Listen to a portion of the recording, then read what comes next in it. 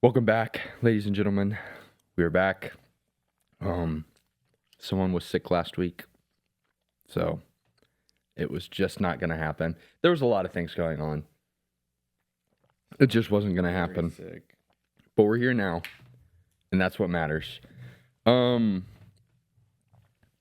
of all, before we get started, we need to shout out again our international listeners. Oh yeah. We have a new we have new listeners, and they're from Hong Kong, apparently. We had apparently 50% of our listeners now are from Hong Kong. So we want to give them the shout out they deserve. They speak English in Hong Kong, right? I'm pretty sure they do, actually. Sounds right. Yeah. So, welcome. Yeah, welcome to the podcast. Also, we've done a lot of episodes. I'm surprised we haven't had like a big technical issue yet. Yeah, there we go. I'm sure it'll be today. Knock on wood. I'm surprised because I've forgotten the hard drive that we record it to before, but none of the mics have broken yet. None of Why would you say this? this hasn't broken yet. I'm just kind of surprised because when we were first doing this, I was like, surely I'm going to show up and forget something or something's going to break and I'm going to have to go and replace it.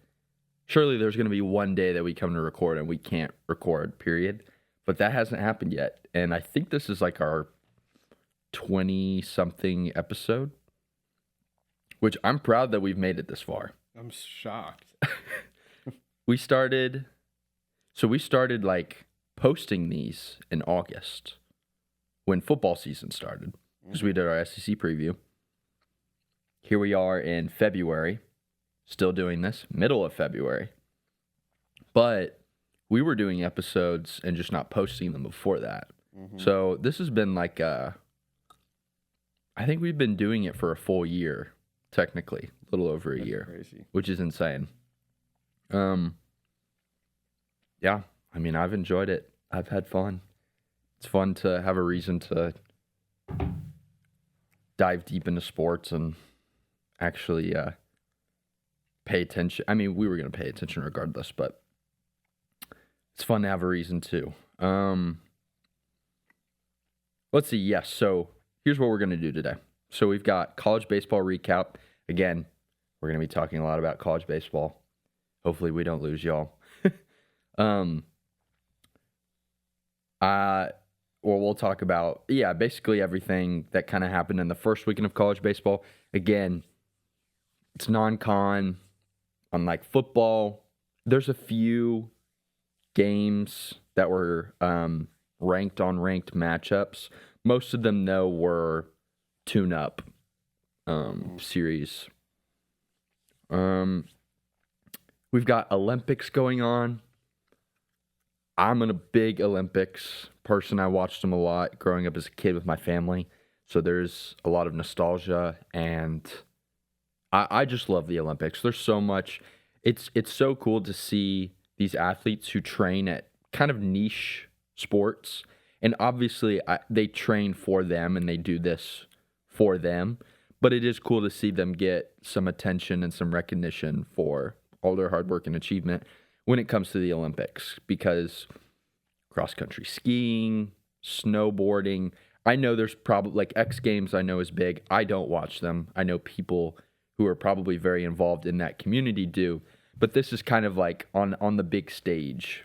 You get to see a lot of these sports, which, like most of these sports, I only watch at the Olympics. I don't go out of my way to watch the X Games. I don't go out of my way to watch cross-country skiing, the World Championships, all that stuff. So we'll go over that. I've been watching a bunch. I don't know. You've been watching a little bit. So A little bit. Yeah. Not much. So I'll talk a lot about the Olympics and you can chime in. We haven't recapped the Super Bowl yet. So we'll give our thoughts on the game. I mean, pretty straightforward. So glad that Sam Darnold got his ring. Mm-hmm. So glad that is it Mike McDonald? Yeah. Okay. So glad that really cool that second year head coach seems just like a very, very normal, grounded guy. He won the Super Bowl in his second year as a head coach with Sam Darnold, a quarterback who's been around the league for a little bit, bounced around from a lot of different teams. The dark side, JSN, all those guys, they got their ring. So super cool. And then I have watched a couple new movies. If you follow me on Letterboxd, I haven't been logging my movies that I've been watching. What's the point? I've just been doing it for the love of the game. Just enjoying them. But watched a couple. I watched Predator Badlands last night. We watched Prey. Did you see Prey? That wasn't with me. Okay. It was at Steakhouse. So I didn't know if you were there when we did that. But I think so. kind of similar to that. Same. Yeah, it was a pretty good movie. There's a couple out there that I watched that we can talk about. Is there anything else? Well, I mean, again, we could talk about, is there any NBA stuff? I know the All-Star game. All-Star game happened. That was fun. Okay, we can talk about NBA All-Star game. Was that the first time that they had done the USA versus the world, 4 teams? I think that they've done U.S. versus World before, but not the same format. I'm pretty Okay. sure this is the first time under this format. Because, yeah, I watched it because I was at work and it was on. And it seemed like it was good. Wemby was very competitive. It seemed Yeah. like that kind of Set the tone. set the a bit. tone, yeah. Yeah. I didn't watch the dunk contest. Was that? It was good? It was good. Oh.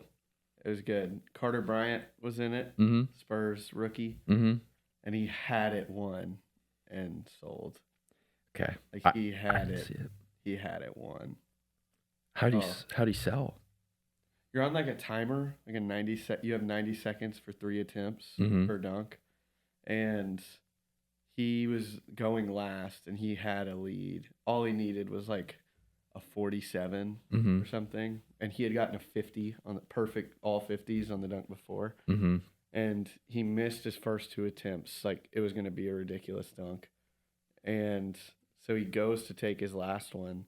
And Vince Carter is there on the court and starts talking to him. Mm-hmm. And it just won't stop talking to him. So the timer is just running. And he looks up and he has 4 seconds left. And so he just does some random dunk and gets like a 44 and Dang. loses. Dang. It was heartbreaking. So who won? Kashad Johnson for the Heat. Okay. He was entertaining. He was having fun with it. It was fun to see. That's good though, He was because dancing. After every dunk, he would just start dancing. that's cool. Because maybe I haven't been paying attention. I feel like the dunk contest hasn't been It's still anything. not what it Okay. used to be Because in the Levine Gordon days. if you were ever bored and you want to watch the best dunk contest of all time, in my opinion, It was so Aaron good. Gordon, Zach Levine. I almost said Adam Levine. Shout out Maroon 5. Yeah, that dunk contest to me, I'll go back and watch those highlights every once in a while. Yeah, that was special. That was something. That was so cool to watch. It's not like that anymore. I don't think that'll ever happen again. What do you think is the difference? Is it just like people aren't like people don't care as much? The formats change, so it's like I don't think it can go back and forth in that overtime. Or maybe I don't know. Yeah, they changed the format, and the format isn't as fun.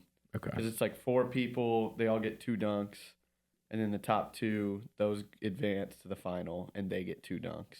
Okay. But it's just like the timer Mm-hmm. kind of ruins it. Yeah. And they also don't have those names anymore. I know. Like Mac McClung has won it the last few years. Yeah. He didn't do it this year. But it's like, we're just inviting G League players. Yeah. It's just not the same. Yeah. No, that was. I don't know. That one was insane. The scoring is different now. How so? Like, it's not bad. It makes sense, but it's just they average the 5 votes, but it's like you're getting dunks and they're getting like 44.6. Oh, okay. I don't care. Okay, so Show me 50s. yeah, okay. So it just makes it harder for them to just keep going on overtime because it's like going to a decimal point now. Okay. Because in the Aaron Gordon, Zach LaVine, it was just 50, 50, back to back, 50, every 50. time. And then that one that Aaron Gordon didn't get a 50 on was still an insane dunk. It should have been a 50. Should have been 50. They called it in, said we're out of air time. It was Shaq, I'm pretty sure. It was Shaq and somebody else. Didn't give him a 10.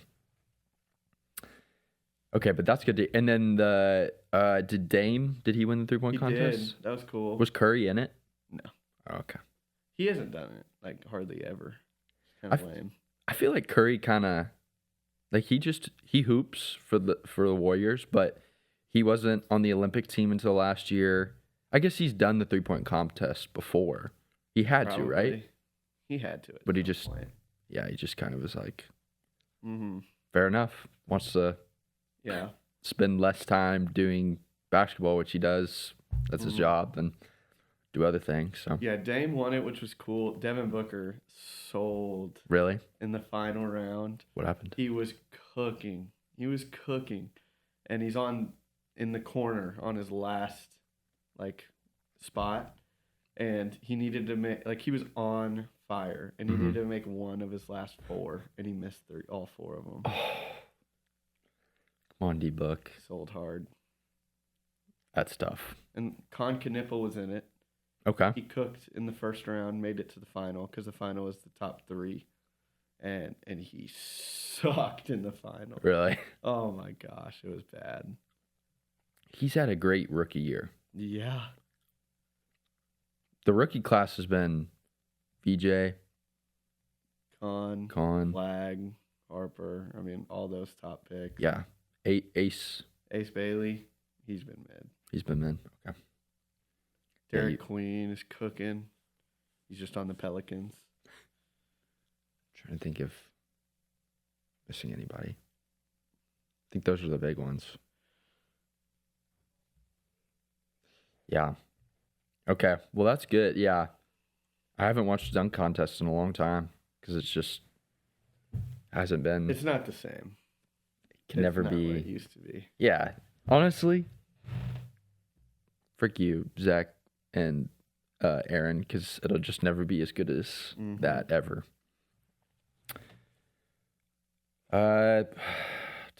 So yeah, NBA All-Star Game. Hockey's not going on right now. I know that because they're all at the Olympics. I'm thinking, is there any other sports and stuff that we need to cover? Again, I did not prepare. I have stuff prepared, but I didn't prepare going into this and thinking about all stuff. Honestly, I think that's going to be enough with baseball and everything. Yeah. So, okay. With that being said, we've got some things to do today.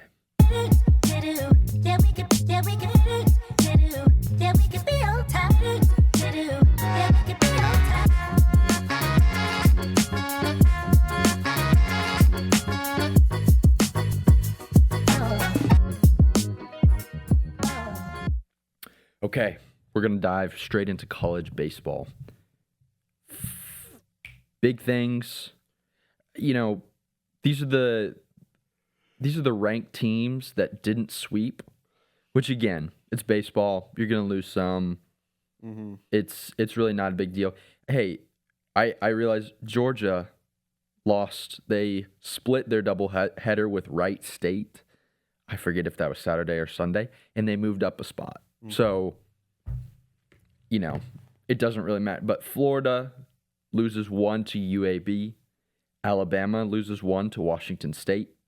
Who did UCLA lose to? UCSD. UCSD. And who's very good. They're very good. Okay. So they're still number 1 in the top 25 rankings. What stood out to you this weekend? Anything? It's hard to say after one weekend, but it was just good to have it back, man. Yeah. Oh, it was so good. It was fun. Watching all day Friday. That was special. Did you watch a lot of other games before the A&M game? I watched LSU Milwaukee because that Friday night game was close. Like Milwaukee had it, Mm-hmm. and I mean had it. They're playing LSU, who's a much better team, but they were up in like the 7th. But Yeah. that was the one that I was really locked in for. Okay. OU. They played. I saw that they Texas Tech. jumped in the rankings. Yeah. Okay, so they destroyed Texas Tech. Texas Tech might not. They suck. They might because they got whooped by. Was it Oklahoma State or no? I think they're 0-3. Yeah. And they were playing in one of those at Globe Life. Mm-hmm. So they were playing good teams, but Can't remember who it was, but yeah, I saw they were getting whooped by somebody. Yeah. So TCU looked good against Vanderbilt. They beat Vanderbilt, correct? they beat Vandy, and then the next day they beat Arkansas. Okay. So I inferred this because I saw Arkansas had one loss, but TCU was ahead of them in the rankings. So I assumed Arkansas lost to TCU, which, again, I have Arkansas. I have Arkansas in my Omaha 8. You have TCU in your Omaha Yeah, I 8. do. So, First weekend. do you remember what the score was? It's okay if you don't. I just No. never saw it. I don't remember. Okay. It was pretty close. It wasn't a blowout. But yeah. And they weren't pitching their dude, right? Or do they have a couple starters who are TCU. Mm-hmm. I know that Lepore went Friday. He's their ace. Okay. He's crazy. He's awesome. Yeah. He had like, I don't know, it wasn't a beer, obviously, but some drink in a can. And right before he goes out for the first inning, he just like chugs it and then smashes it against his head and sprints out to the mound. Come on. He's awesome. That's sick. Yeah. I saw him very high on a lot of the lists. Mm-hmm. As far as pitchers. So yes, TC. Yeah, both of these teams. I mean, we knew that they were gonna be good coming into the year. So TCU also has a two-way guy. really, Yeah. He pitches in relief. What's his name? But he hit a homer, and in the same game, I think he threw like 2 innings with 3 strikeouts or something. wow. TCU, yeah. You have them. Yeah, you said you have them. Right. Yeah. North Carolina. They should have lost to Indiana. Did you see that? Should have. They need to investigate that second baseman. Find his FanDuel account. I mean, I don't even know how that happens. You just overthink it, I think, right? And I you guess. sticks in your hand. That's bad, though. That was really bad. He's So- got to be betting. Yeah, so obviously, I'm assuming a lot of y'all didn't see this, but Indiana's up 3. No. I think they're up like 3-1. 3-1. Yeah, in the bottom of the ninth, 2 outs. North Carolina hits the ball to the second baseman. It is, I mean, just a pitching catch. Most routine throw you're ever going to make. He throws it, and I guess it catches on his finger. It spikes into the ground and goes left of the the first baseman. North Carolina scores 2 on that play because I think it was either bases loaded or guys at second and third. They score to tie it up. North Carolina ends up winning it in extras. So, yeah, I don't understand how you don't make that play, but that's sports. North Carolina, I checked in on them. It seems as if, well, you really can't take away too much from 3 games. I think a lot of their scores were pretty close. Mm-hmm. And we'll just have to see if hitting picks up. Because I think their hitting that was the thing coming into the season. Their pitching was going to be really good, but their hitting was going to be something to see moving forward. And so, do you have the stats pulled up? No. Okay. No, I saw you looking. I was looking at something else. Okay. The hitting was going to be the question mark, or the thing that we were going to see. So far, it kind of seems like it's going to be a game-by-game basis. So we'll have to see. I think the pitching was really good because I think Indiana I don't think they scored a lot of runs or got a lot of hits. So we'll just have to see moving forward about UNC. I have written down, I don't know why Georgia moved up one spot after going 2-1 against Wright State. I assumed a couple people ahead of them dropped significantly, so they just moved up, kind of more rather than what they did, but it's more of what other people didn't do. Louisville was probably the greatest faller Yeah. out of. They looked bad. So did they get swept by? I think they won one. Okay, so they're 1-2. Think. To Duke? Was that who they were playing? I'm looking it up. It's so hard to keep track Yeah, because there are just so many teams. I know. With mid-majors being relevant. I know. Yeah, they're 1-2. 1-2. They lost their first two. They got whooped in game 2 by Michigan State, 13-4. Oh, they were playing Michigan State all three. Mm-hmm. Interesting. Who knows? Maybe Michigan State's a Big Ten team that could make a run at a regional spot. Michigan too. Michigan had a great weekend. Wow. They beat Oregon State on Friday, going up against Dax Whitney. Oregon State's solid. Very Yeah. solid ball club. Oregon State. They were on my fraud watch, and that's looked good so far. Did I pick Louisville for my Omaha 8? You did. Okay. Both. So, Alabama. I mean, they lost one. It's not big of a deal. UNC, I get no. Yeah. So far with my Omaha 8, the shaky ones, Louisville for sure, Mm-hmm.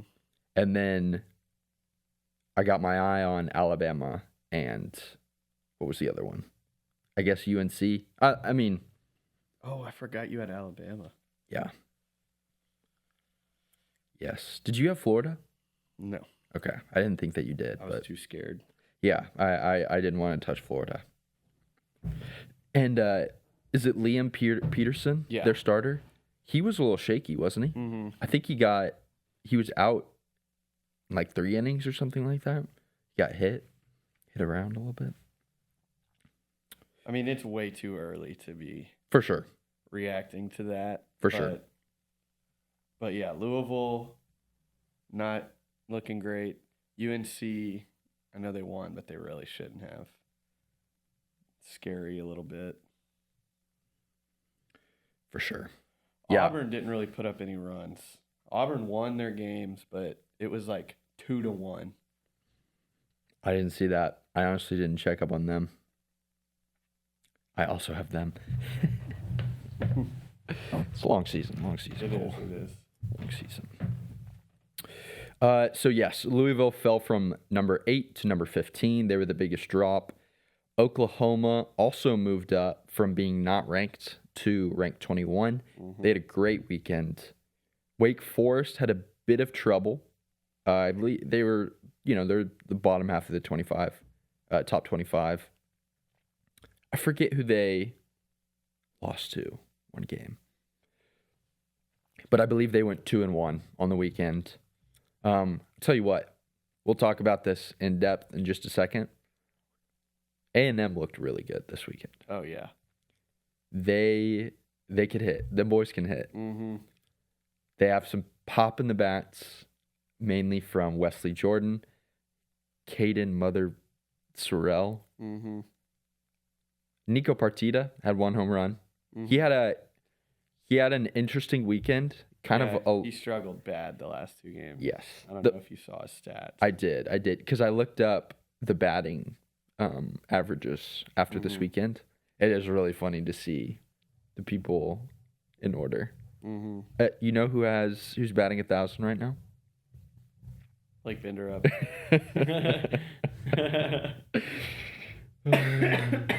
You know who's gotten on base? I want to say he has 2 ABs and he's gotten on base both times, but he has a 0 batting average. Travis Chestnut. yes. He got hit and then he walked. Yep. But he showed bunt in all of his at-bats. Oh, I love it. And everyone's doing the clap. Oh, that killed me because I forgot. Like I forgot that he's on the team, and I turn on my phone and the whole crowd is doing.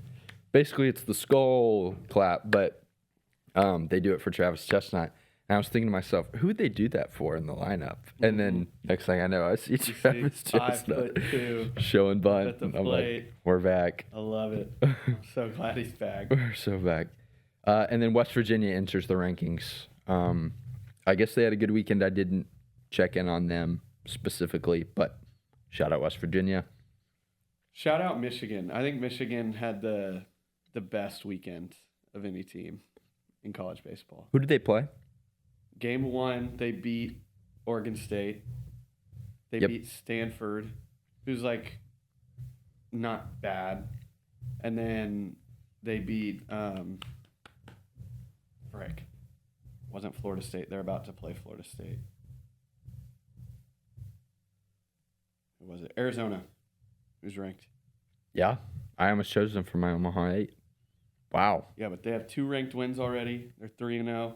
And then that was I think in Surprise, Arizona, one of those tournament things. Mm-hmm. Now they're doing another tournament in Arlington this next weekend, and they're playing ranked Florida State, ranked Louisville, and then Kansas State. So Wow. they've got a tough They got a schedule. non-con, but they're looking good, Well, yeah, I mean, especially considering the Big Ten. that's what I was about to is what they say. are. From a preseason perspective, it just looks like UCLA. It's Mhm. going to be far and away the best team. So I think you knew that there were going to be some other teams that were going to play well, but yeah, that'll be something to keep an eye on as far as where they might fall in a regional. Player of the week, Tice Armstrong hits three grand slams in one game. That was ridiculous.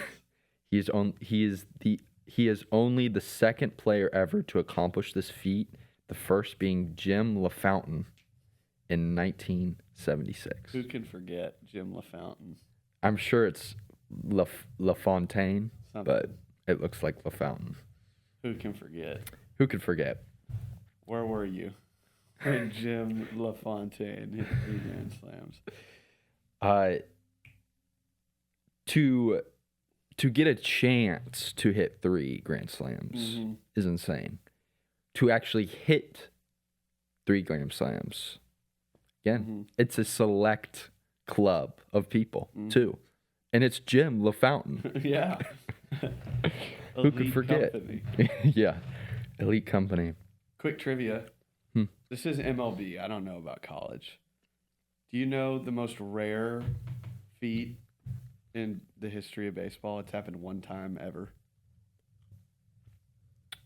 More rare than perfect game, One time any other ever. thing you can imagine. One time ever. Kind of along the same lines. 3 grand slams. Is it just like a? It's ridiculous. I don't know. Vlad Guerrero Sr., Mhm. Vladdy's dad, he hit 2 grand slams in 1 inning. It's happened one time in the history of baseball, at Okay. least in professional baseball. Okay. So, yeah, that's insane. 2 grand slams in 1 inning. That's insane. Because yeah, A&M hit 2 grand slams in 1 inning, but it was by 2 different people. Mm-hmm. So, yeah, I guess next big. The only thing is do 2 in 1 inning. It's insane. Golly, that's insane. Okay, is there anything else that you want to talk about from the college baseball landscape perspective? Not that I can think of outside of A&M. Okay, because that's what I wanted to get to. Yeah. Talk about A&M specifically. Okay, so Friday, first of all, just so good to see college baseball back, Mhm. specifically A&M. So good to see Bluebell rocking. What do you think of the helmet change? I love it. I actually really like I it. love it. I like the Glossy. it's a little dark. Yeah. It's cool. I like it. Got some shine. I like it a lot. And not even like in a oh, it's better than the other one. I like it. It's not better than the other one was cool too, but I like where they went with that. But yes, Friday night. Man, I don't have the stats pulled up. Let me pull up the stats while I'm talking. Friday night, again, A&M swept the weekend, which wasn't. I mean, from a fan's perspective, it's like it needs to happen. From a coaching perspective, I think Early said he just wanted to see, people playing clean baseball, the guys competing. Now, I've heard rumblings that Tennessee Tech, I know you said Tennessee Tech it's the toughest non-con that we're going to play. Our non-con isn't really difficult at all. The coach made it seem as if when they went to a super regional, I forget how many years ago, he said that this team that he has, he felt like the pitching depth was better on this current team than the one that they went to the supers. Now, of course, a bunch of things. That doesn't mean, it's so early in the season you don't actually know. But on Friday night, A&M won 15-6. On Saturday, A&M won 23-7, and on Sunday they won 7-1.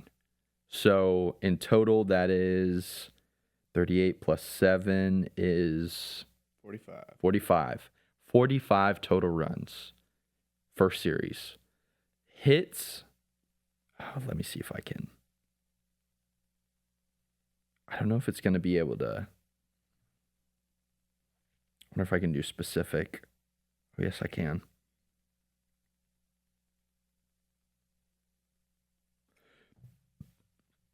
It was something like 18 hits in the second game. Here we go. So 18 hits in the first game, actually. So that means there's probably more on Saturday. 15 hits, actually, in the second game. And then I believe it was double-digit hits on Sunday. I think it was either 11 or 12. 12 hits on Sunday. So like I said, the boys came out and they were able to hit. And you saw it from 1 through 9 because you had Boston, Kellner, is that? Boston had a weekend. Yeah, he did. As a freshman. Let me tell you. Batting 500. Jeez. He had, I want to say, 4 doubles in the first 2 games. He also, I think, did he hit a home? He did not. I think he got close. He hit the wall on one of his doubles. Okay. So, yeah, Boston Kellner. Again, this was his first game as a freshman playing A&M on Friday. And he had 2 doubles in his first game. Nico Partita had a home run late on Friday. It was a bomb. The rest of the weekend, he kind of struggled a little bit. But I felt like he still got deeper into counts, if I'm remembering correctly. I wasn't super locked in necessarily, but the 1 or 2 ABs that I did see, I think it was like a 3-2, and he just got swung and miss or called strike. What were your thoughts? I mean, I was really happy. I mean, the hitting was ridiculous. Caden Sorrell, understandably, he got SEC Offensive Player of the Week. Wesley Jordan got snubbed for that. I know Sorrell had the 3 homers, and also just like the expectation for Sorrell already is there. But I mean, Wesley Jordan, he's batting .778. His OPS is 2.533. That's unreal. He had 2 doubles, 2 homers. I mean, he went 7 for 9. I know. And I feel like that's not updated because he started all 3 games. He walked a lot. So 5 walks too. Yeah. Yeah, because so AB is at bats, correct? Yeah. So how does Caden Sorrell have 15 ABs and the next closest is Gavin at 12. How does he have 3 more at bats? Maybe that's, I don't know. To be honest, some of these stats I think are wrong. Okay. Like if you scroll down, it says Luke Billings. I know. I was like, 13 plate appearances. yeah. Just not true. Luke Billings is a pitcher. I don't know who he is. Okay, he's a pitcher. Yeah, he's a redshirt freshman pitcher. Okay. Oh, but like, also if you go down to the pitching on the stats, it has Josh Stewart listed as Aiden Sims. Okay. 'Cause it says that he started a game. Okay. Which Josh Stewart most definitely did not start a game. He's 0 ERA. Come on. It says that Josh Stewart has 0 innings pitched and 7 strikeouts. So these stats, it's going to take a minute, I think, for them to all be Stewie. totally updated. The 12th man curse is finally over. So yeah, so Wesley Jordan, I 100% agree with you. Caden Sorrell, he has bad intentions when he goes up to the plate. I love that quote so much from early. That quote it's very on the nose, it's very on point. I'm trying to think. It wasn't his first at bat. When did he hit his first home run the first game? Was it do you remember if it was his second or third AB? Second or third, because I remember he struck out. It was like a bad strikeout. That's right. And then the next AB, he just tanked. It was 445 dead center. And then the second one, I believe it was either the ball 4 chant, or this pitcher the crowd was riled up for some reason. I can't remember why. But I mean, he just nuked it into right field. And then he did the same thing on Saturday. But he's hitting. You said he's hitting 600. He's hitting 600. He has 3 homers in 3 games. Who would have thought when you saw Caden Sorrell jump in left field on the 2024 team, when you had Jace, Gavin, like all of these guys. Beaumont, exactly. In my head, I was like, all right, Caden Sorrell, he's going to be like a role player. Yeah. I mean, I was there because it was in Arlington at the Rangers Stadium whenever he got thrown out there. That's right. And my mom said she remembered it. Like, I literally turned to her. I'm like, why in the hell is Caden Sorrell in this game? In his first inning, he made a diving catch that was ridiculous. Or it was like up against the wall. And I was like, oh, that's why he's in the game. And then I do remember that. He hit a homer. I do remember that. Opposite field homer in a MLB stadium. I was, good Lord. And he's gotten a lot bigger. Yeah. Like, he is a big guy now. He's put on a lot of weight. But yeah. Shout out Caden Sorrell, man. He is as advertised. Genuinely, I texted you during the game and I said, bet Golden Spikes, Caden Sorrell, and you were like, we can't do that in Texas. So, but I probably I thought I was a little biased, I guess, throwing him in there as my Golden Spikes person. But I mean, he is off. No, he's a lead on defense and off. Can just absolutely mash. Yeah, he is off to a great start. So yeah, Wesley Jordan, Caden Sorrell, Boston Kellner, he is batting 500 right now. Jake Dewar, hitting machine also. Had some power too. Yeah, hit a home run. Gavin Grohovac, he is batting 400. It's all right. Also hit a home run. It's great to see. He has one of the lower batting averages among the starters. He's batting 417. Luke Billings. Shut up. Pitcher batting 385. Come on, D1 Baseball. Let's get it together. Yeah. Nico Partida. He's batting 182. He had a great first game, and in the second 2 games, I don't think he had a hit in the last 2 games. I don't think so either. 3 for 4 with a homer, and he pimped it. Yeah. That was awesome. As he should. Blake Bender up batting 1,000. As we all expected. He has 1 plate appearance and 1 hit, and it was like I don't even know.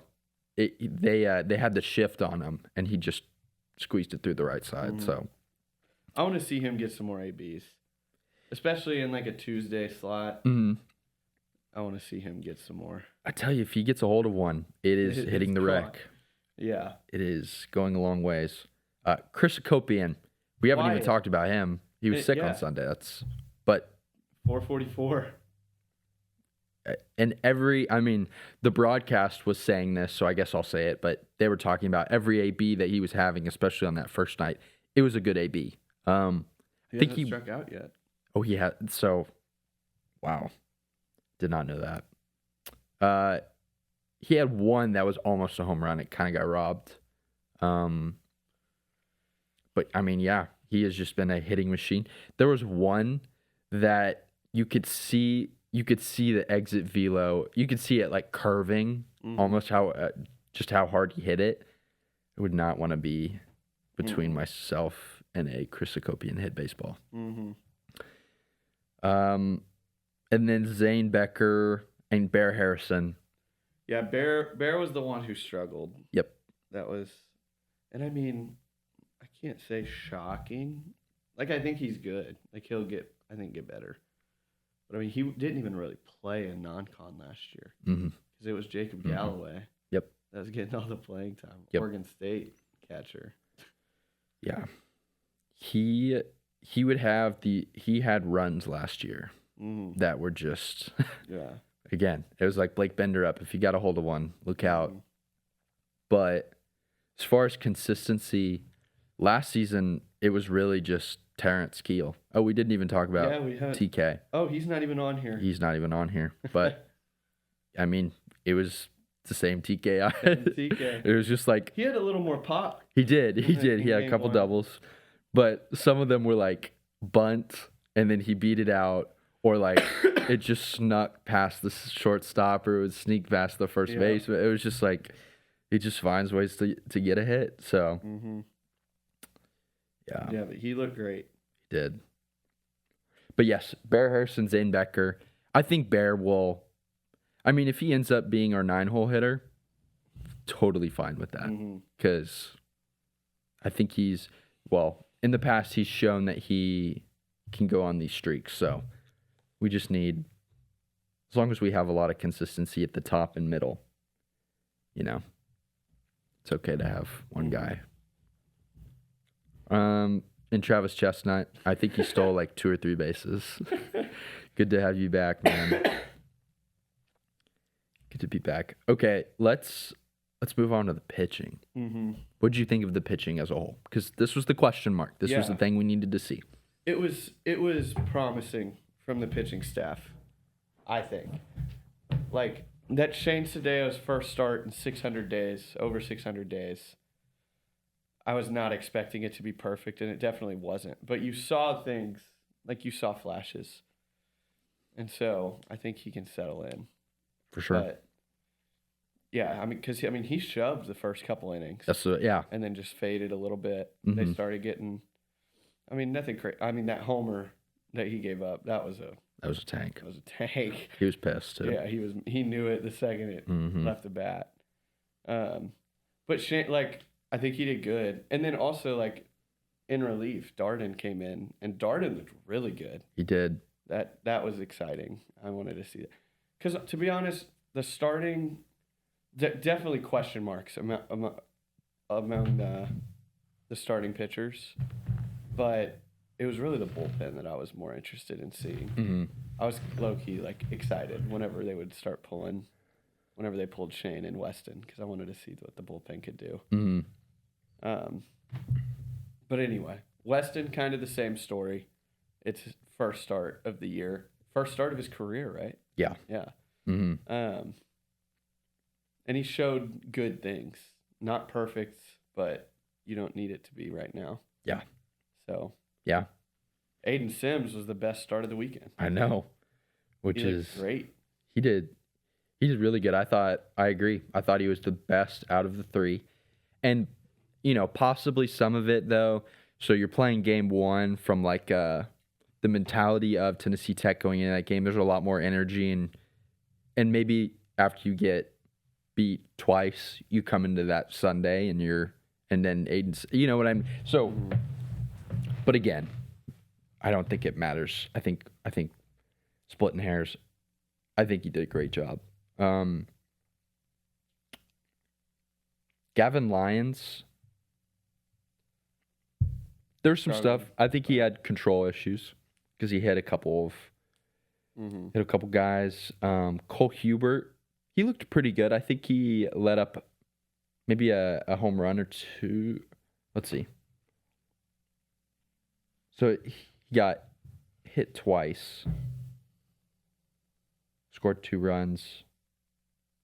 But from what I remember, I thought he did pretty good. Mm-hmm. Hunter Vincent came in too. Mm-hmm. Pretty good. A lot of lefties. Yeah. A lot of lefties. What'd you think of Clayton Freshcorn? Oh, he looked fantastic. I mean, I know he threw less innings than the starters, but he probably was the best pitcher of the weekend, I feel like. Because he had pace. He was moving during his appearance. Mm-hmm. Yeah. Yeah, he was starting his windup with 12 seconds left on the pitch clock every time. Just get the ball, throw the ball. Yeah. But he looked great. Fastball was running. I'm excited. It was also good to see him go multiple innings because he threw 3 innings. Mm-hmm. And in college baseball, it's not required, but you'll see guys throw more. Whereas in the MLB, it's kind of, you have 1 inning if you're a relief pitcher. Mm-hmm. So it was good to see him stretch out an appearance and keep it going. Yeah. Yeah, so D1 baseball has the strikeout leaders on our team. Josh Stewart, number 1, 7 strikeouts. Which is Aiden Sims. Which is Aiden Sims. After looking at the thing a little bit, they have TK listed under Luke Billings. Because it's the stats add up of 13 plate appearances, 2 doubles. Okay. So batting where it says Luke Billings, that yeah? is TK. Okay, that makes. I don't know how you confused the two. They look really similar. Those 2 guys.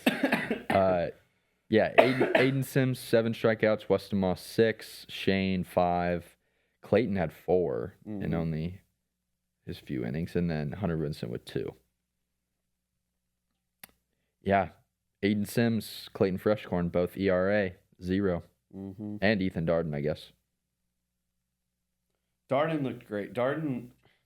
Freshcorn was my favorite of the weekend. Like, that was really good to see, and Sims. But Darden was the one that was like, whenever I saw him trot out there, I was like nervous. Mm-hmm. Not like we're going to blow a 9-run lead or something, but I was like, oh gosh, I don't know if I'm ready for this. And he looked fantastic. Yeah, he did his job. He did his job well. Hopefully, yeah. I mean, that's all you can do. Mm-hmm. When do we play tonight? Is it 6? Probably. Yeah. We're playing Texas A&M Corpus Christi tonight. Big rivalry game. Have they announced who we're throwing out on the mound? Not yet. Probably come out at like 4. Who do you think? To be honest, I have no idea. Maybe Grant Cunningham? I was gonna guess Bollinger, but I don't know. Mm-hmm. I don't feel confident in that. I think that's a good guess. Oh, it should be Caden McCoy. I know. Rest in peace. So yes, Texas A&M Corpus Christi tonight, and then we've got Penn. Oh, this weekend. I'm getting flashbacks. Not Penn. It is strange not having a Penn player on our team this year because. Yeah, no Ivy League guys at all. I don't think. Yeah, Jappel, Hayden Schott, Wyatt Hensler. I'm sure there's others. I just forget, but long history. Yeah. Couple years. Just throwing a name out there. I heard his name this weekend. He doesn't play for A&M anymore. Remember Jack Bell? I do remember Jack Bell. Yep, he's He's at at TCU. TCU, yeah. I remember him transfer. Mm-hmm. Couldn't get a spot. Just too deep here Yeah. on this team. Well, he did get an appearance in Omaha. You remember that? Yes. After Jace got hurt against Kentucky, he came in, played second or short, one of the two, That's and right. had an error, a bad error. And I was at that game and I was dying. Oh, no. That's right. Yeah, and then I also remember him starting in the Texas game.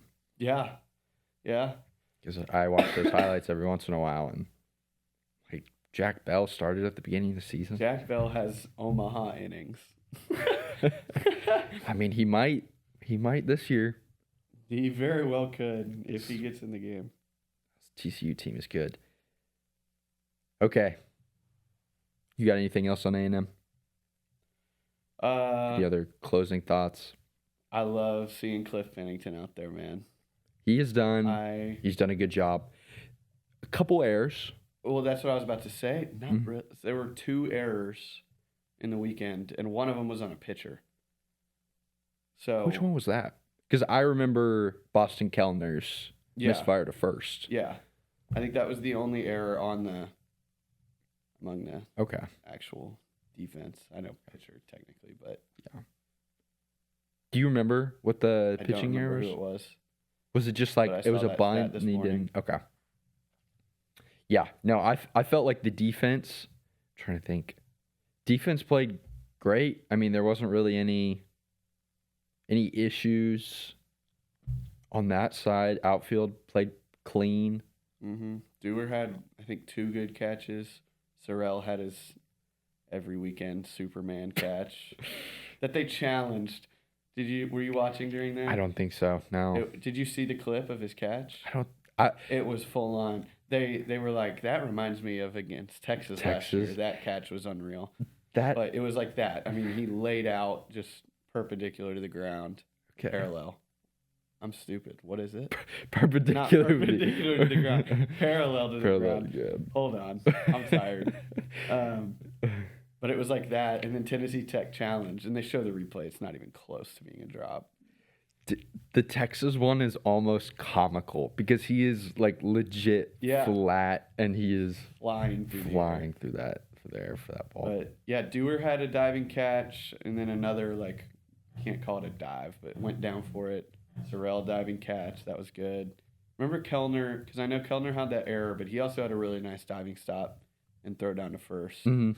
So he played good defense. Gavin looked good. He did at first, yeah. It didn't seem like there were any issues as far as Gavin not playing third and not being ready for first. Kellner he played short, right? Yeah. And then Nico played third, and then second was Hakopian. Hakopian. And then Chestnut. Yeah. I'm surprised that Hakopian isn't playing short and Kellner's playing I know. second. I was surprised too. But so far it seems to be Whatever works. fine. I mean, no, there wasn't really any like Zane or Bear, it didn't seem like there wasn't a drop off, I guess, in defense behind the plate. I didn't feel like the ball went to the backstop at all. I don't remember it. I don't remember doing it once, but again, I was at work all watching some of these, so it's kind of in and out. But overall, great weekend. Coming into the season, I can't remember what I said last time, but we thought that the batting was going to be good. Mhm. I didn't think it was going to be this good, this quick at least. Mhm. And again, first weekend, you throw it all away because every game is a different thing. I did not think it was going to be that many consistent hits from 1 through 9 that quickly. So to get started off hot is great. And yeah, pitching was the big question mark, and so I sent you this. I love this meme. yeah. You're the baseball that is be thrown to Caden Sorrell. That's so good. That's a good one. So very successful weekend, a lot to build on. Okay, what would you say the one thing that you would want to see better? Or hope to? Or is there, maybe not see better, but is there one thing that you're a little like, I'm going to keep my eye on this as a potential It's consistency issue? nothing new. It's kind of said this going into the season, but I just want to I want to see the starting pitching progress Okay. for sure. Because I wasn't expecting it to be, mid-season form Yeah. weekend one. And it definitely wasn't, but it also wasn't bad. It wasn't like, okay, this is concerning. Mm-hmm. It's too early to say that, but just keep putting together good starts. I agree. Specifically Shane and Weston, which is funny to say. Like, Sims looked fantastic. Sims looked really good. And maybe sometimes it helps when you don't have all that pressure and people aren't talking about you. Whereas Shane, I know everyone's, oh, you haven't played in a year. Oh, you haven't done this. Like, are you going to be that? Yeah. And with Weston, you played last year and everyone, you were the closer coming in. So maybe you're like, I gotta be as good as last year. For Shane, it's expectations. Whereas Sims, it's just, who's their third start? Oh, it's Sims. Okay. And he's going out there doing his job. So great weekend. Weekend. Good to be back. Good to be back. So glad that there are 4 days out of the week now where I get to watch a baseball game. Okay. You have anything else? I have a question. Hit me. This would have fit better in our preseason one, but I didn't ask. I was tired, I think.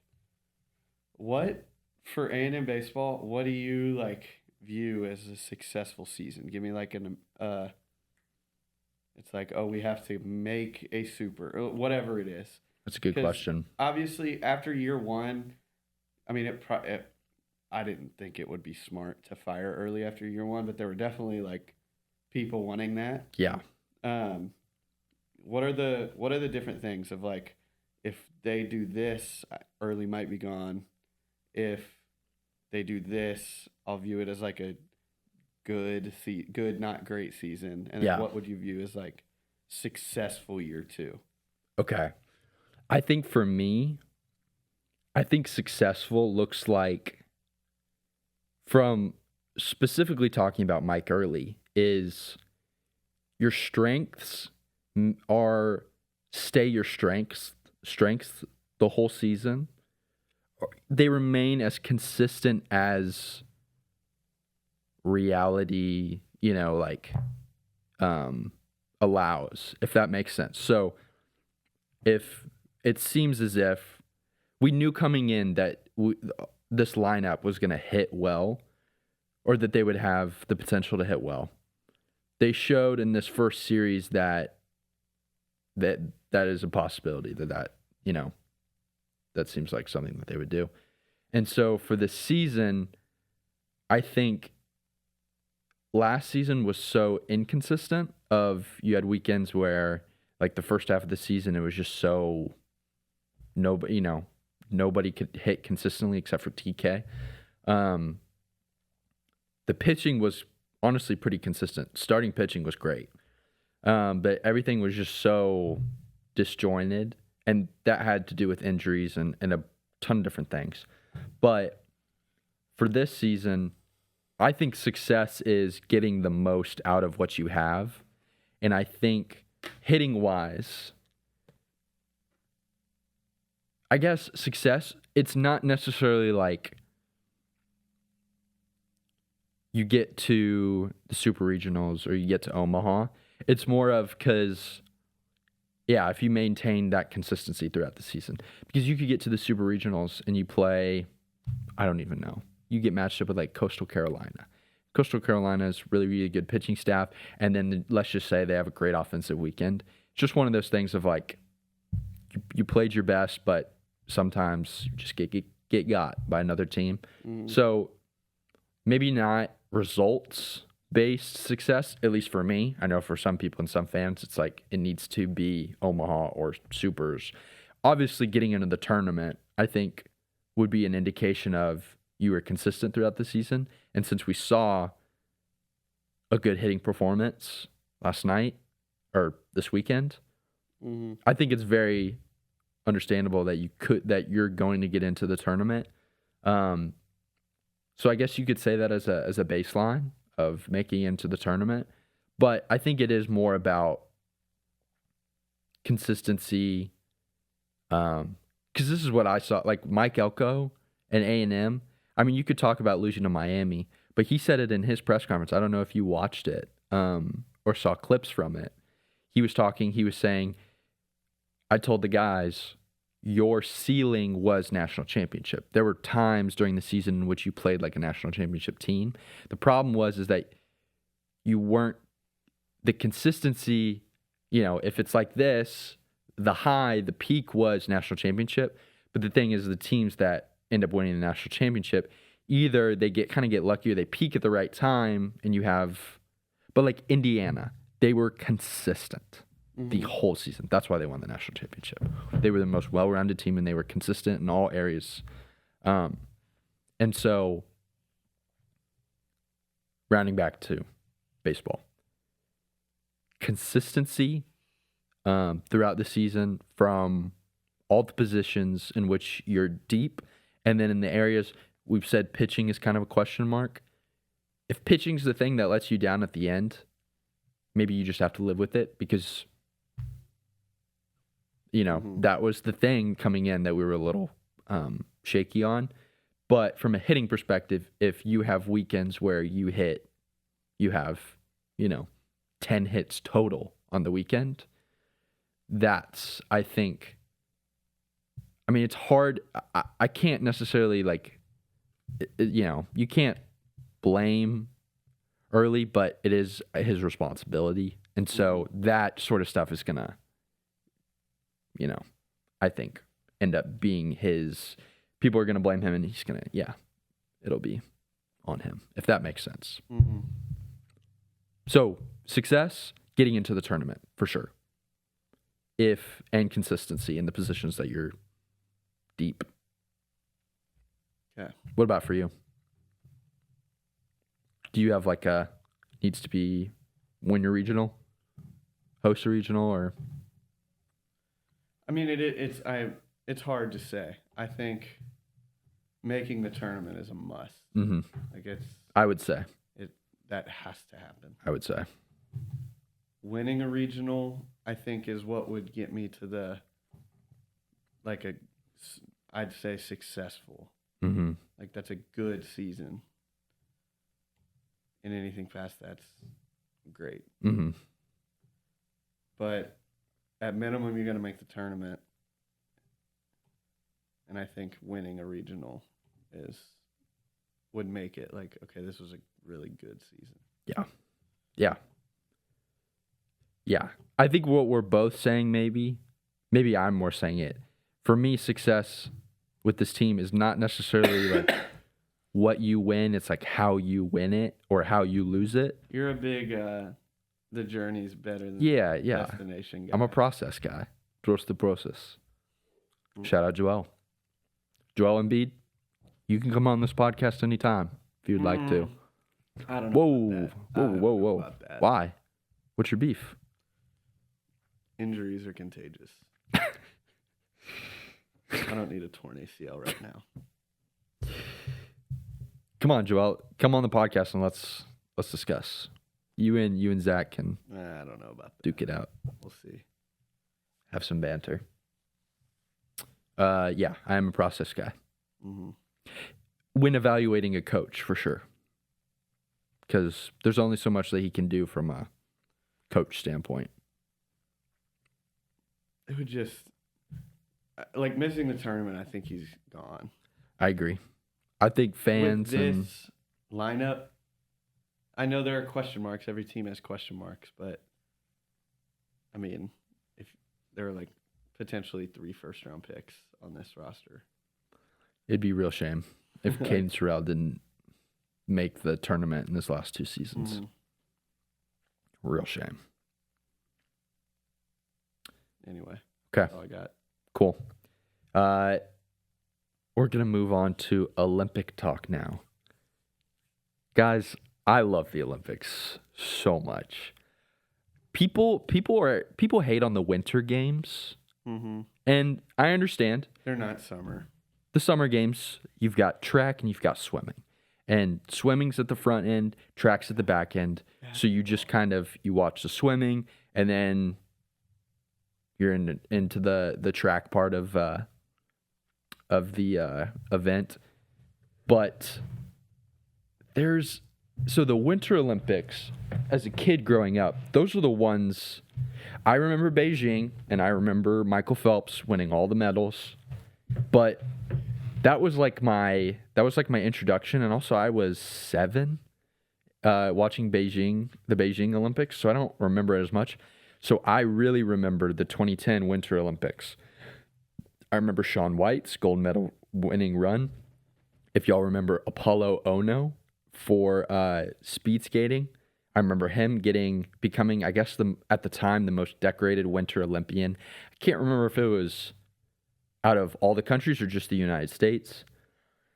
We've also talked about the Wii game, Mario and Sonic at the Olympic Winter Games, 2010 Vancouver. Peak game. I played that game so much. Yeah, you do have a lot of like the ski jumping where they like fly down the hill. That's kind of interesting to watch.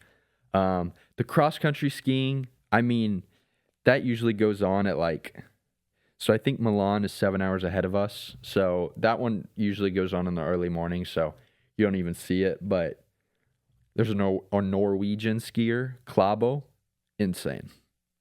Klæbo. I think you saw the video of him running. It was like a 6-minute mile, but he's on skis going uphill. That's all right. Oh, I did see that video. That was crazy. Or that was his pace that he was running uphill. 6-minute mile on skis going uphill in the snow. He became, I think he won gold in all of his events. He was like, I don't know if he's the GOAT of cross country skiing, but he's up there for sure. But the thing about the Olympics is all of these athletes train for more niche sports, to where the only people that really pay attention to those sports are the ones that actually do the sport or were involved in the sport at one time. So it's so cool to see these athletes get recognition for all of their hard work. And I guess it only comes around every 4 years, so there's a lot of pressure. I think some of these athletes put a lot of pressure on themselves to perform, knowing that it'll be another 4 years until they have the opportunity to do it again. And I think you see it with some athletes like Michaela Schifrin with the giant slalom, and the figure skater, is it Ilion Malinen? Malinen. Yeah, the quad god, fell twice during his, I guess it was the free skate, and placed 8th when his potential score is something like 20 points, maybe 40 points more than second place. And he also, apparently, he does a trick that nobody else in the world can do, only him. But the thing is, all that pressure, it gets to you. So, I mean, going back to that, Shaun White going gold in Vancouver, having all that pressure, and then going gold in Sochi 2014. And then, honestly, I mean, we say that he didn't succeed in, is it Pyeongchang? In 2018, he got silver. So, and then he got gold in, what's 2022? Wait a second. Maybe he got, I'm messing it up. So he got gold in Vancouver. He got gold in, I think, what was 2006? Athens? Oh, that was the summer. I can't remember what 2006 was. Anyway, gold in 2006, gold in Vancouver. He was defending his gold medal. In Sochi, he got silver. And then in Pyeongchang, he got gold. I remember watching 2018 when he won the gold medal. Insane. To do that. That run was awesome. Skulls. forget his first name. Maybe it's Justin Scholes. Killing it in speed skating. He has 2 golds. Maybe he's won another medal at this point, but I know he won the 500 and the 1000, I believe. It's also really cool to see like the Italian athletes win gold medals or any medals in their home country, because it just means so much more to them, and the fans love it. The downhill skiing, that's my favorite part. That is my favorite part. Franjo van Almen from Switzerland. He is a beast. He won the gold medal in the downhill. He won a gold medal in the giant slalom, and he won a gold medal in the team event, whatever that was. But these guys top out at 80 miles per hour, flying down, I forget what the mountain's called, but top out at 80 miles per hour, and they are sending it. They go 2.5 miles, or it's somewhere between 2 and 2.5 miles in a minute 40 seconds. It's all right. I'm sorry, that's so badass. They are flying down this mountain. It gets me fired up watching it. And also the drone shots of them bombing it down, these runs. I tell you what, that has added a whole nother element. They've had it in all the skiing events and, the big air events too. Oh, the drone shots of the big air events where they're hitting, 5 backflips. That has been a great addition to the Olympics. I will say that. Yeah, Franjo van Almen is my hero from these Olympics. He's the guy that I'm going to be. There's also an American. It's he has a longer name, so it's an abbreviation. I forget. He won silver. He was killing it too. Breezy Johnson. Yeah. All-time name. I saw them. All-time name. She won gold in the downhill. She killed it. We're very, very late on this. The Lindsey Vonn crash, terrible. Awful. But honestly, she's over 40 years old, and she's, still getting on those skis and putting her body on the line. I mean, if that, I think a lot of people are saying, that's what ego will do, and kind of thinking she's doing it for the glory. To be honest, I just think that she really loves competing and really loves skiing. So it's not for anybody else other than herself, to be honest. Because I know people like Jason Kelsey talk about retiring, and they're like, it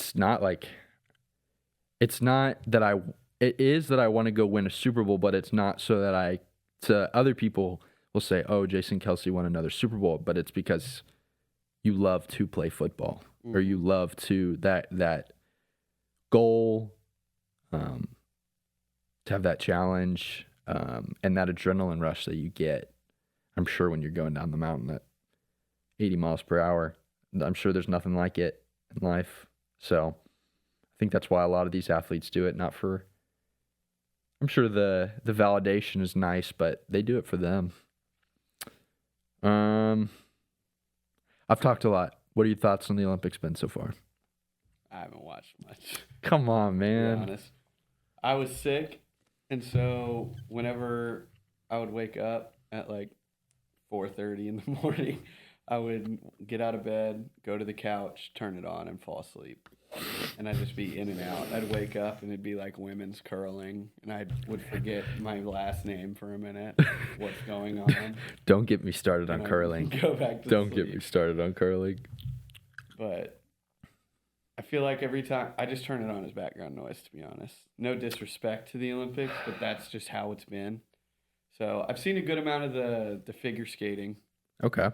I was watching when Ilya Malinin. Oh, really? showed. I didn't even see that, yeah. But figure skating, the downhill sick. Watched one curling match. Well, it was on while I was asleep, and I woke up and was trying to understand who was winning. That's about it, though. Curling's been the sport that I've fallen in love with the most Yeah. in these Olympics because have you ever played shuffleboard? Yeah. Okay, yeah. Obviously you have to have like a curling rink to curl. So there's I don't think I'm ever gonna curl in my life, but just the fact that there's like precision, touch, and strategy. And I mean, like the sweeping, I still don't really understand. I guess they sweep certain areas and it kind of will allow it to move right or left.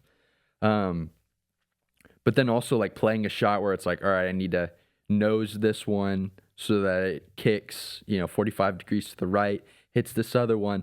But I also want to bury the shooter, what they call the stone that they throw. I need to bury it behind the guard at the top so that they don't have an angle or they have to draw it in. And it's like it's not, at first I thought it was like you get 1 point if it's in the green or like 2 points if it's in the center. But I think it's just, so if you have 3 stones closest to the middle and then the opponent's team has like the 4th closest, you get 3 points. And then the other is true. So if they have 3 close and then you curl one in at the end and get it on the closest one, then you get 1 point, regardless of where those 3 stones are. So there's a lot of bumping and throwing, they call them, I guess, stones at the top to like guard. And I don't know, a lot of strategy goes into it. Did you see the Canadians and the Swedes? They started like yelling at each other. Oh, I saw there was drama because apparently both Canadian teams were cheating. So Accused of cheating. the cheating is when you let go of it, you're not allowed to touch it again, and he Yeah. was touching He it. would. Yeah. But it was like a tick almost. Like Yeah. you would throw it and then tap it. And the Swedes were like, he's touching it every time afterwards. And the guy was like, no, I'm effing not. You shut the F up, all this stuff. And the refs were like, yeah, he's touching it, but we don't care. It was something along those lines of like, it's not that big of a deal. And of course, the Olympics, bro. I know people are like, what's the point of a ref if he's just like, chill out, dude? So, I don't know. That was Dirty Canadians, man. so much for being polite. Yeah. But yeah, curling, the Americans in mixed doubles, they got silver to the Swedes. That was a cinema match. I watched the whole thing. I also watched, I think it was the men's teams versus the Czechs, and that match was really good. It's just some of the times you get it back and forth, and they have to score 3, or they score 3 to go up by 2, but you have hammer at the end, which means you get to throw last, which is like an advantage. And so it's like going into the 10th end or the 8th end. No, it'd be 10th end. You have hammer down by 1, but when you have hammer, you're almost guaranteed to get 1, or there's a high likelihood that you're going to get 1 unless they steal. So anyway, getting all into it has been fun, but Yeah. It's just not summer to me. I know track and swimming. Track, swimming, volleyball, and basketball. Like, Yeah. come on, man. I agree. That's different. I agree. No, the speed skating is not track.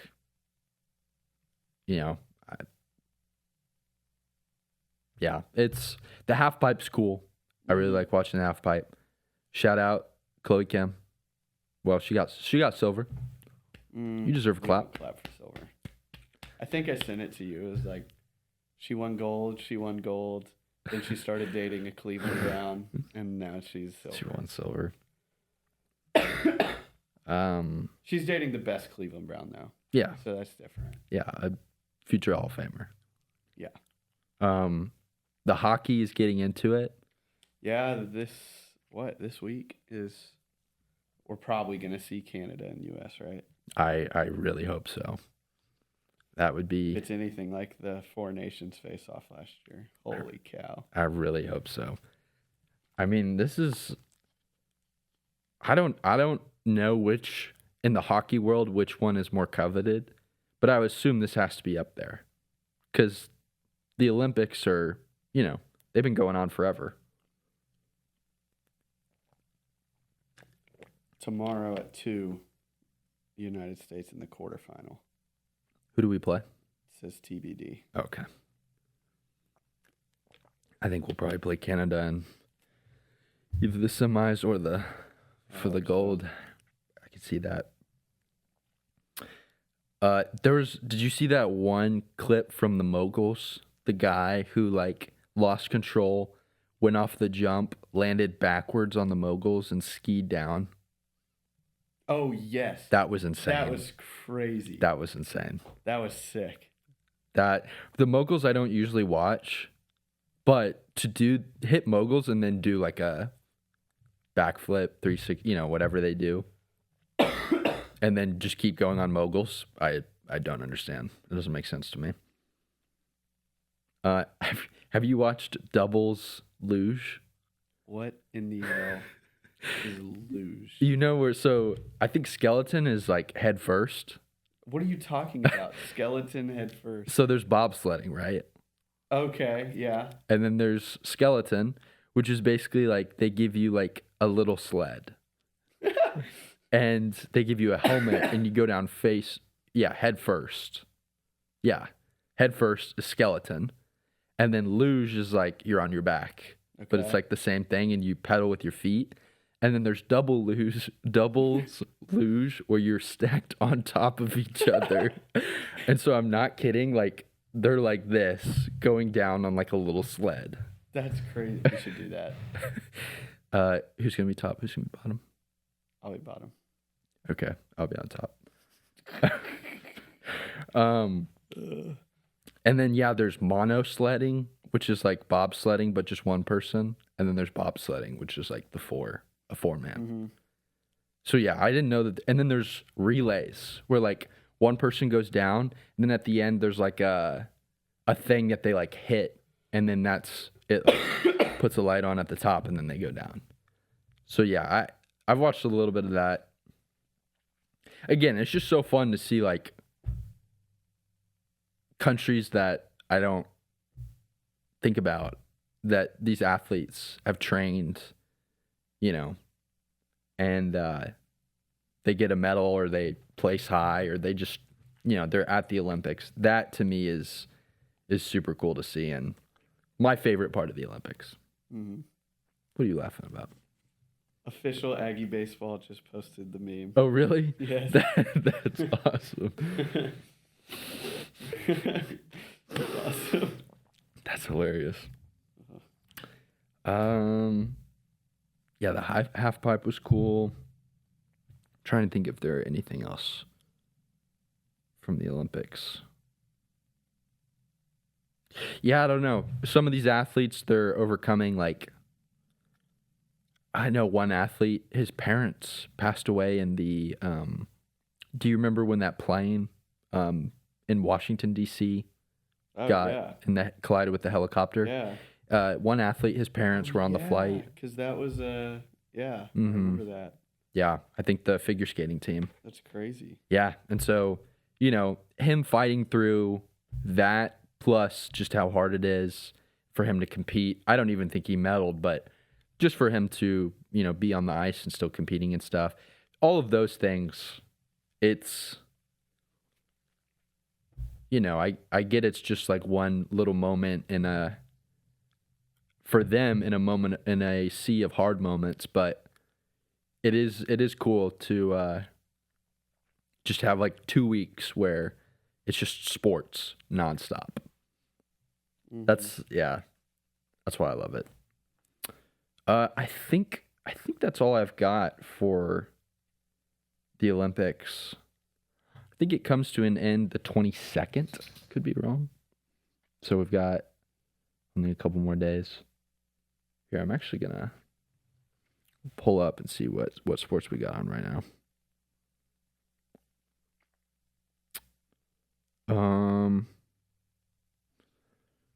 U.S. is playing Italy in curling right now. Italy, I believe, is the defending gold. Let's see. Let's see. Oh, we just started. Yeah, the big air events too are really cool. Because those guys. Mario movie ad. Those guys hit some sick tricks. Ain't gonna cap. Let's see. What? Oh, we're up 1-0. Oh, but it's the second end. But yes. Shout out the Olympics. We love you. I love you. Thank you for doing. I don't know. Oh yeah, 2028, USA baby. Are you gonna go to those? Yeah, probably. Come on. Go to LA. Come on. Imagine. That would be so sick. That would be Going to so see sick. Basketball. That would USA be. basketball. Yeah. What if we just saved up and bought like the all-inclusive track pass so we could see every single track event? How much would that be? It'd probably be Oh, like just for track? a couple $1,000, Sheesh. like 4,000 or 5,000. I know the swimming one might be like 2,000. That would be cool. I'm looking. I think you could probably get like everything excluding the finals for like a certain price, and then Oh, you can register for a random drawing already. I think my mom did that. 2028. I think we as a family did that.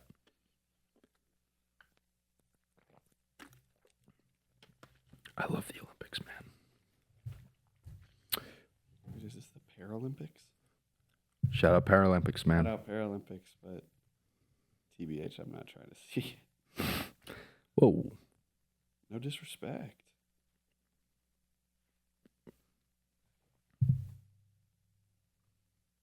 I don't think you can get. No. Can't do specific events yet. Okay. We'll we'll lock in. We'll keep an eye on that. Okay. That was talking Olympics.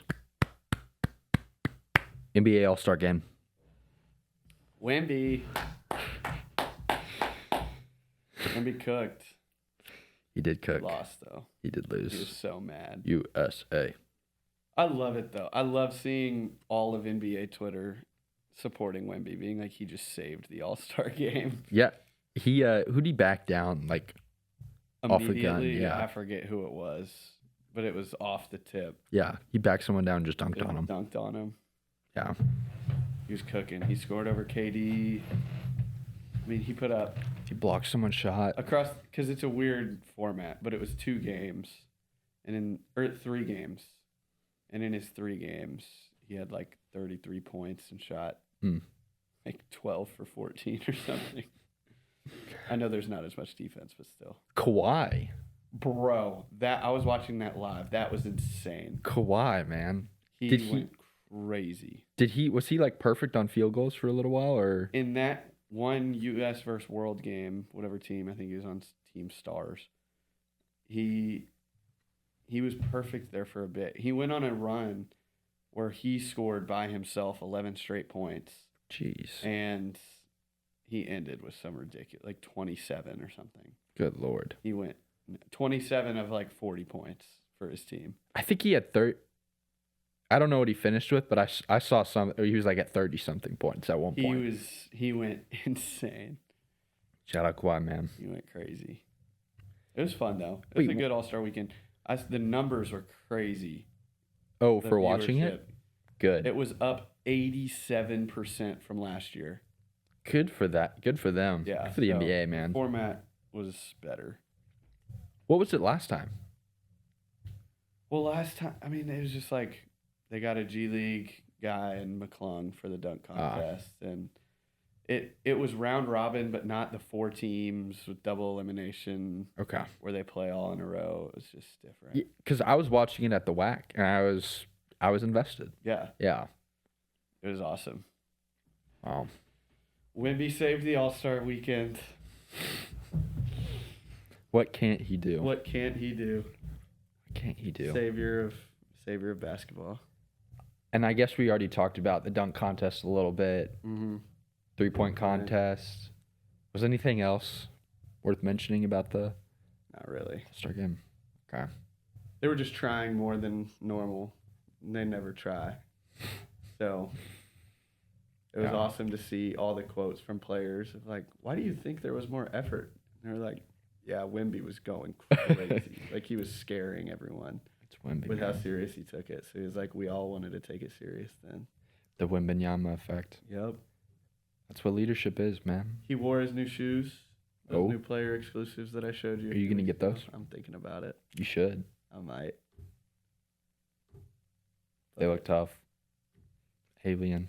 Yeah. So back half of the season now. Come on. Spurs, man. I'm so happy. They're looking good. I'm so happy. That's for sure. They're only, let me see exactly. I have it up. They're only 2.5 games back of first from the Thunder. Wow. They're right there. Yeah. And they have the upper hand on the Thunder, so. Mm-hmm. Feeling good. Any big like NBA updates outside of the No. All-Star game? Okay. Because it was trade deadline, which we already talked about last time, 2 weeks ago. Mm-hmm. And then there were only a couple games and then All-Star break. So nothing Okay. crazy going on. Okay, cool. Well, since we're on basketball, I guess we should address it. Buckyball is running into a bit of a speed bump, You could say. perhaps more than a speed bump. We got in a little car wreck, a little fender bender, if you will. The fender bender being 4 Alabama, straight losses. yeah, Alabama, Florida, Missouri, and Vanderbilt. And everyone's dancing. It's not a grave, but they're dancing on our sick. It's not good right now. It's not great right now. Who do we play next? Ole Miss. Are they good? They're 11-14. Okay. Are we playing them at Ole Miss? At home. Okay. Reed That's Arena. good. These next two, we got to win this week. We got to go 2-0 this week because it's Ole Miss at home, who's not good, and then OU. Mm. We've already beaten once, 13-12. Okay. Have you checked the Joe Lenardi? Okay. I don't know if we stand. I don't know how we're looking for the tournament, but I'm assuming it's not great. It's not great. Bubble watch. Okay. But Because, yeah, I saw first four in, first four out, or second four out, and we weren't in any of that. So I was like, there's no way. I feel like we're on the positive side of that. So yeah, that doesn't bode well, but we've got, those were I think we have Arkansas. that's next week. We have, you said Ole Miss and OU. I know we play Texas again. I'll just Okay, read our last yeah. 2 games. Ole Miss, OU, Arkansas, Texas, Kentucky, LSU. I feel like we have to win all of those, right? I feel like we got to win 4. Okay. 4 of the 6. Okay. We'll see. We'll see. This may be cope, but I think it's genuine. Now that baseball's back, I know. I just don't. I'm don't kind of care. with you. I'm fully on the baseball train. I've been watching Olympics. Like there's been a lot. I didn't watch the Vanderbilt game. I didn't watch I didn't the even know the Missouri Vanderbilt game. game happened. I didn't know the Missouri game happened. And then I saw we lost by 1. That was obviously last week when I was sick. I was asleep the entire game. I woke up because I heard them yelling and saw that we had just missed the last shot. Mm-hmm. Yeah. So Yeah. I didn't watch any, but it was on my TV. Yeah. Rough patch for old Bucky McMillan, but I trust. Mm-hmm. I trust we'll get it done. I trust that he'll bring home a championship. Mm-hmm. Get us a natty. Get us an Eddie. Then we'll be happy. Other than that, basketball-wise, again, haven't been paying too close attention. I'm trying to think if there's any.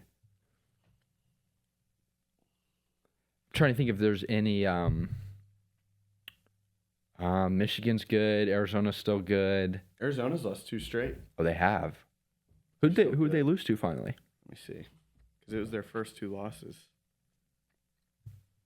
Uh-oh. Why is Italy celebrating? They lost to Tech in overtime, and they lost to Kansas. Crap. Their last 2 games. Oh, Tech. Yeah, I did Like see 2 that. very good teams. Yeah. Uh-oh. Wait, is Italy going to score 2? Or just 1?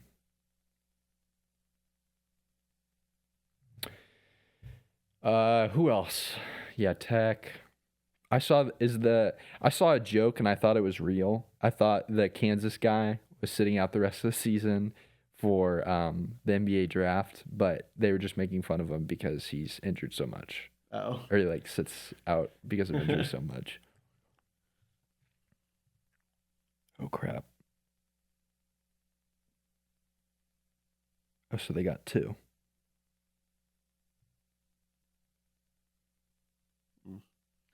Yeah, I don't think there's anything else about college basketball.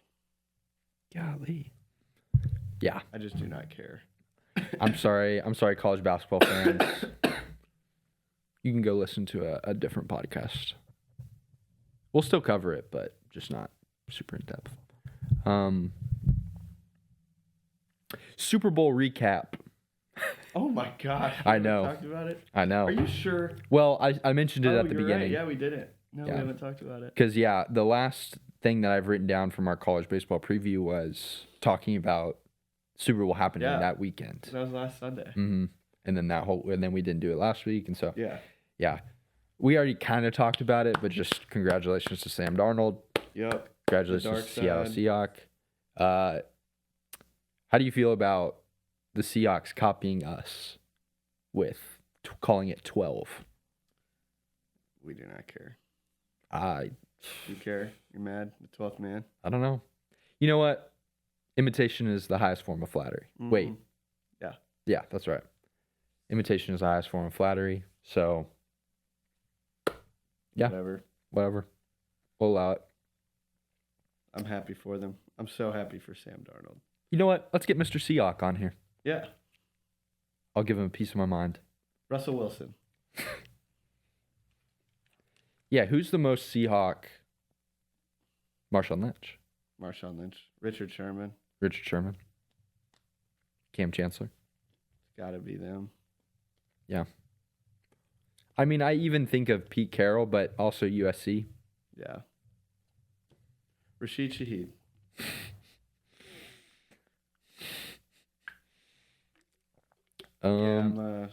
I turned into a Patriots hater there at the end of the season, so I was happy to see how it went. Did it have anything to do with the fact that... just don't bring it up. Okay. Yeah, no, I did. The game went exactly how we were thinking it was going to go. Almost called it. I almost called the score. You did. You almost did call the score. I said 27-13. It ended up 29-13. Yep. It's close. Shout out you. Ball knowledge. Come on. Trying to think if there was anything else. Yeah, the Seahawks defense was the Seahawks defense. Yeah. Drake May couldn't do anything. Was Will Campbell. There was even... Oh, yeah. Will Campbell got smoked. And he was getting... They were trash talking him, too. Uh-huh. There was even one... They played an audio clip of... I don't know which defensive player for the Seahawks, but they were talking and they were saying, like... They were kind of talking about how he tips his passes, kind of like a pitcher tips his pitches, where he was like... Basically, the quote is, he was like... He goes back and takes one hitch, and then he's ready to throw.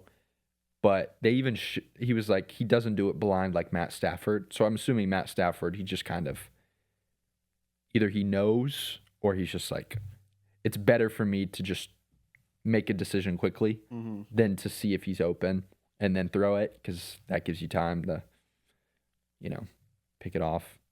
But the dark side. Got a pick six. Pick six. That was sick. Who was the guy who was talking at the end? Remember his name? The Seahawks defender. I don't remember who it was. It wasn't Eamon Wari. It was. Devon Witherspoon? Yes, that's who it was. He's a dog. Shout out. He's so good. And then let's see. MVP was Kenneth Walker. Walker. Who He deserved almost it. retired from football a few years ago. I didn't even know that. Yeah. Yeah, he, especially at the end of the game when the Patriots knew that he was going to run the ball, he still was able to get first downs. Mm-hmm. Happy for him. Yeah. Yeah. Congrats, Seahawks. Congrats, Seahawks. Second Super Bowl win. I think they were saying, I'm going to mess up the number, but it was like the 16th organization to win at least 2 Super Bowls. Mm-hmm. Maybe it's more. But congratulations to the Seahawks. Congratulations to Sam Darnold. Congratulations to Mike McDonald. Great season. Who would have thought? Who would have thought Seahawks would have won the Super Bowl? Should have been me. Should have been me. Should have been the Texans. Okay, movie reviews. I've got 2. Predator Badlands. It's pretty good. I would give it 3 stars. Okay. I haven't rated it yet. Been taking a break. And then I also watched The Devil Wears Prada. Oh, really? I did. Respect. I think it was the movie that Emily Blunt got her big break. And I'm sure Anne Hathaway was... Because she did Princess Diaries, right? Mhm. Yeah. So, Meryl Streep, Stanley Tucci, I believe. Yeah, I love Stanley Tucci. Yeah. Have you seen it? No. Oh, okay. I've seen parts of it. It used to be on. My mom would play it. Okay.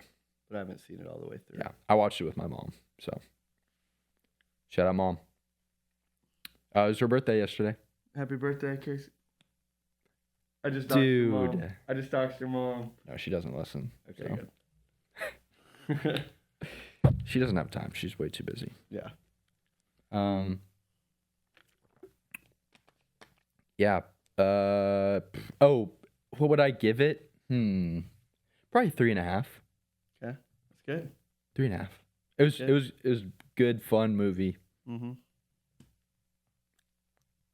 Classic. Mm-hmm.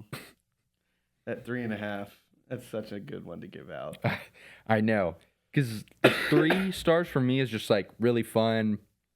If it's on, I will watch parts of it. Just a fun movie. Mm-hmm. 3.5 is like a little bit better than that. Mm-hmm. 4 is okay. We're getting This into is a good quality. movie. Yes, quality. I would watch it a second time and want to watch it a second time, and then anything more than that is Mm-hmm. we're starting to getting into very quality movies. Mm-hmm.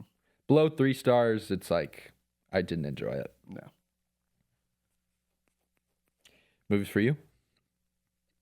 I watched Pitch Perfect. I saw you rated it. Yeah, I was a little disappointed.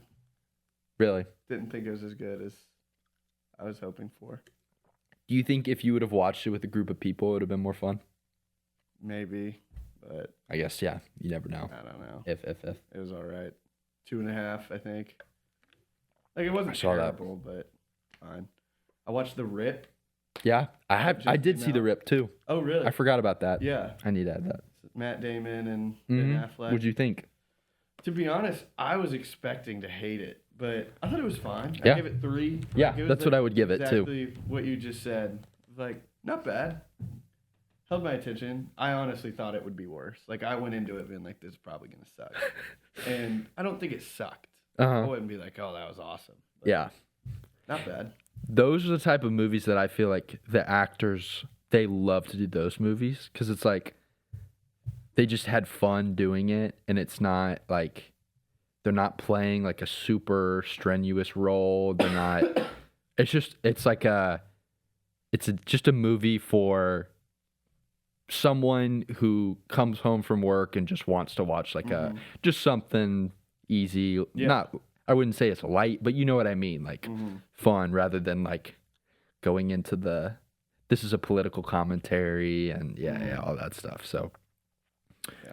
definitely, I would recommend that to somebody if they were like, it's just a good movie to watch bored, when I'm bored. rotting. Yeah. Highly And recommend. then I saw How to Make a Killing. Mhm. New Glenn Powell. Yeah, you told me about this. So Yeah, it's sick. The theater right up here it's $5 mystery movie. So it's $5 for your ticket. You don't know what the movie is. But it's movies that are like about to be released. So you get like an early watch. and they do this. Is there a specific I think day? it's every Monday. Every Monday? It's just one Oh, showing damn. a week. It's like 7:30 every Monday. So That's went to it, sick. had no idea what movie. It I'm gonna do said that. action comedy, Mm-hmm. but that's all that we knew. Just Did you? Okay, so it said action comedy on it. yeah. So So you can, if you see one and you're like, okay, I'm not interested in seeing okay, a comedy, then you can just not go. But obviously, but so it would tell you like if it's like romance or if it's Yeah. Okay. uh-huh. But That's it's very movies cool. that are about to be released, so you get a little like a week early preview. That's sick. I'm gonna start doing that It because was my sick. Monday nights are Yeah, there's not much going on. it was So awesome. It was a good movie too. I mean, classic 3.5. Classic 3.5. That's good, though. Glenn Powell. Just that's good though. Zach Woods is in it. You know Mhm. him. I've seen the trailer, so I He- recognized all the actors. He was in so The I recognized- Office. He wasn't a main character. This guy. Yes, yes. He was so funny. Really? Oh my god, he was hilarious in it. Okay. So See, and that's really good too because you don't. It's not that your expectations are high or low. You just have no expectations because Yeah. you don't know what you're gonna see. uh-huh. And that's probably why Interstellar for me is my favorite movie. Obviously, it's a really good movie, but like I didn't want to go to see that movie. My parents dragged me to go see it. So my expectations were honestly so low that the jump from my low expectations to what it actually was felt so much more rather than like Dune 2 where I went in with super high expectations and it met it, which was still, insane. But that's cool though. I'll have Yeah. to that may be a movie that I watch when it comes to streaming, Yeah. but who knows? Maybe if I get bored, I'd just go and see it. I don't think it's one where it's like you have to go see it in a theater. Yeah. But $5, not bad. Yeah. Oh, there's another movie that's obviously Project Hail Mary. Very Oh, excited for that cannot one. Wait. I saw it for the first time before the movie last night, the official trailer. Oh, really? I hadn't seen it because I think it released during the Super Bowl and I wasn't really paying attention. Yeah. The author, he watched it. He Andy said Weir? yes. He said it's really good. Really? He really liked how they portrayed his novel on the screen. Okay. I'm excited. Yeah. I can't wait for that. Project Hail Mary, The Odyssey. Uh-huh. Oh, is Doomsday coming out? Doomsday is the end of this year. Doomsday and Dune Messiah released the same day in December. Okay, because I'm kind of surprised I haven't seen trailers for it yet. Yeah. I'm assuming those are loaded in the Probably. magazine, about to be Yeah. fired into my eyeballs. It's a long ways away, but December 18th, taking PTO. I want to see both in the same day. I wanna Both. see- and I'm not even a crazy Avengers guy, but Both. Let's see what December 18th is. December 18th is a Friday. nice. Yeah, I might have to take PTO for that. Yeah, just save one off day Yeah. for the 18th. Now, do you think you would get movie fatigue though, seeing both on I the same don't. day I really don't. in the theater? I agree. Or do like a 10 a.m. showing of one of Doomsday, then go to lunch and do an activity. Yeah, cleanse your palate. Exactly. Yeah, maybe watch a third movie in the middle Yeah. to really like. No, but like lunch, activity, break for a few hours, and then like the night showing of Dune. Yeah, Oh, that'll watch be a show in great. between. Yeah, really like. Yeah, That'll be great. that would be awesome. I can't wait for the Odyssey. That's the one that I'm Mm-hmm. really excited for. Let's see. I'm also books. I'm reading a book on I'm gonna sound crazy. I'm reading a book on the 60s, and specifically it talks about the CIA, MK Ultra, Charles Manson, all the stuff that was happening in Hollywood. Basically, this reporter he delved into all of the discrepancies between what Vincent Bugozzi, I don't know if that's actually how you pronounce his last name, but that's how I do in my head when I read. Vincent Bugozzi portrayed the trial, or the official narrative in his book Helter Skelter, talking about Charles Manson and his motives and all that stuff. And this guy kind of goes in and basically his job is he just kind of pokes holes in the narrative that the popular narrative that we know of today. And it's very interesting because I think it really kind of delves into how connected all of Hollywood really is. And I mean, this could be said about anything, but I mean, there were a lot of people who knew Manson and were tied to him in a lot of different ways. And when it all came out and happened, everyone really distanced themselves and didn't want to talk about it. And so there was a lot of, even in this guy's investigative reporting, he's gone to a lot of people and they've turned him down just because they want to forget about it and stuff. And I don't know, it's very interesting. And even how it ties into the CIA. And I don't know do you know what MK Ultra is and all that stuff? I know the gist. Okay. It's I listened to a Chris Williamson Modern Wisdom one where they were talking about MK Ultra and all the stuff that was going on. Very fascinating stuff. Very interesting. Read books, guys. No. It's honestly sick. No, thank you. It's just interesting.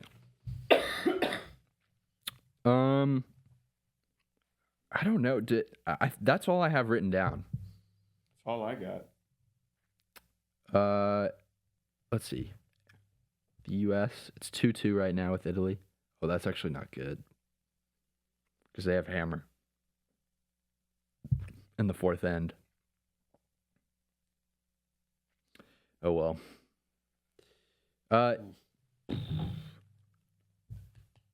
think that's all we've got for today's episode. Ain't no place tonight. We got Penn this weekend in baseball. March Madness is getting closer, so keep an eye on the bubble watch and all the teams getting in. NBA, I mean, we're marching towards the playoffs. Olympics are going to draw to a close, so we'll talk about that next week. But yeah, I think that's all we've got for today. Anything you want to say? We good? Okay. All right, gentlemen. And there's no way anyone other than... Shout out Hong Kong. Shout out Hong Kong. Shout out our international listeners. You. We'll make it over there to Hong Kong eventually. All right. We will see you guys next week.